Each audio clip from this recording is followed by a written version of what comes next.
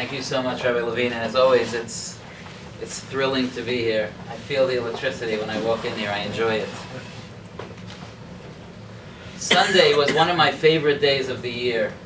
Sunday was Pesach Sheni. Pesach Sheni literally means the second Pesach, the second Passover. What's Pesach Sheni?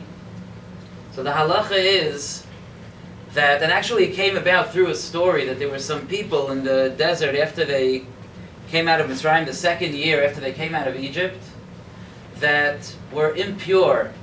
And the reason that they were impure is because there were some people who passed away, and the law is that if somebody handles the deceased and is involved in the burial, they become impure. There's a process of purifying from that impurity. And Pesach came too quickly. And by the time Pesach came, they were still impure. Their process of purification hadn't ended yet, and they were unable to participate in bringing the Passover offering. So they approached Moshe Rabbeinu, and they said that they lost out on the mitzvah. They like to participate somehow, and there's no way for them to participate. Moshe, and only Moshe Rabbeinu could do that, said, "Hang on, I'm going to speak to Hashem about that. Imdu ve'eshma, stand there, and we'll hear what Hashem has to say." Hashem appears to Moshe and says, "That's an excellent point. If there's someone who's unable to bring the Pesach offering on the 14th day of Nisan, they can bring the Pesach offering on the 14th day of Iyar, a month later." That's the story of Pesach Sheni. Today we don't bring a Pesach offering, not on the 14th day of Nisan, and not on the 14th day of Iyar, because we don't have a holy temple.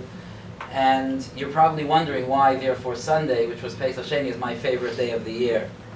When you read through the verses of Pesach Sheni, they end off with an interesting halacha. They end off with a law that a ger, a convert, should also participate in bringing the Pesach offering. And there's different places in the Torah brings the halacha of a convert, but you have to ask yourself, why is the halacha of a convert bringing the Pesach offering said by Pesach Sheni, by the second Pesach, by the fill-in, by the retake Pesach, and not on the regular Pesach halacha?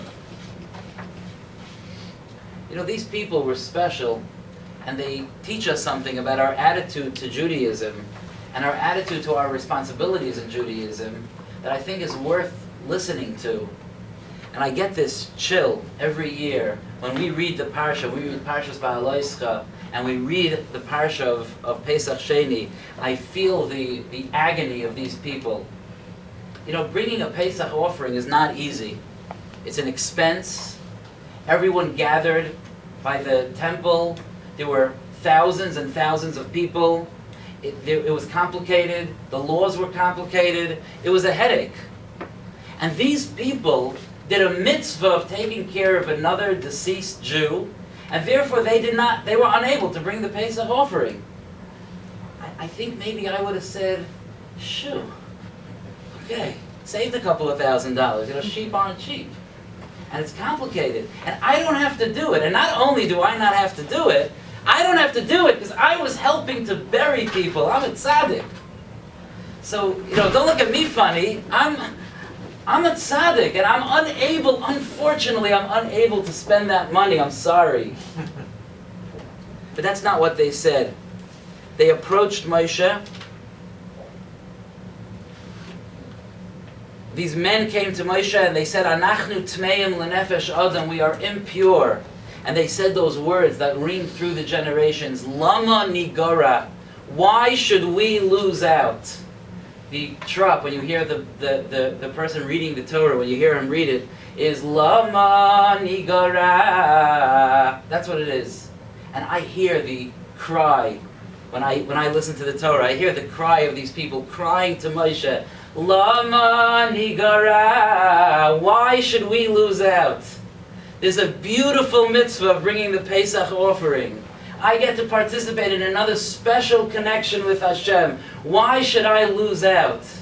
And that's something that I think that as we march towards Shavuos and we march towards the holiday that we receive the Torah, it's a little bit of an attitude shift when it comes to our responsibilities to Judaism, that we ask why should we lose out? Not Rabbi, what do I have to do? Rabbi, what can I do? Rabbi, how can I participate? Why should I lose out? You know, you have something special if you're learning Torah, if you're participating in any aspect of Judaism, and I don't want to lose out. Lama nigara, why should we lose out? Which brings us to the convert. You know, over the years, a bunch of times, people have come in here and asked about converting to Judaism. And I always respond the same way, the way we were taught to respond, which is, what do you need this for? And I teach them some of the laws that they would have to be responsible for in the process of becoming Jewish. And different people at different points in the conversation, sometimes they don't even remember to say goodbye, they're out of here.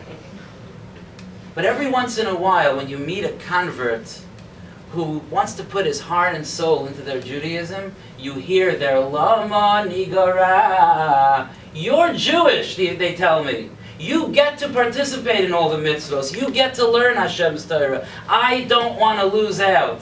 So in the parsha that describes the people amongst our nation who went to Moshe and said, why should we lose out? It says, by the way, the convert also brings the Pesach offering. The convert who in a huge way also said, why should we lose out?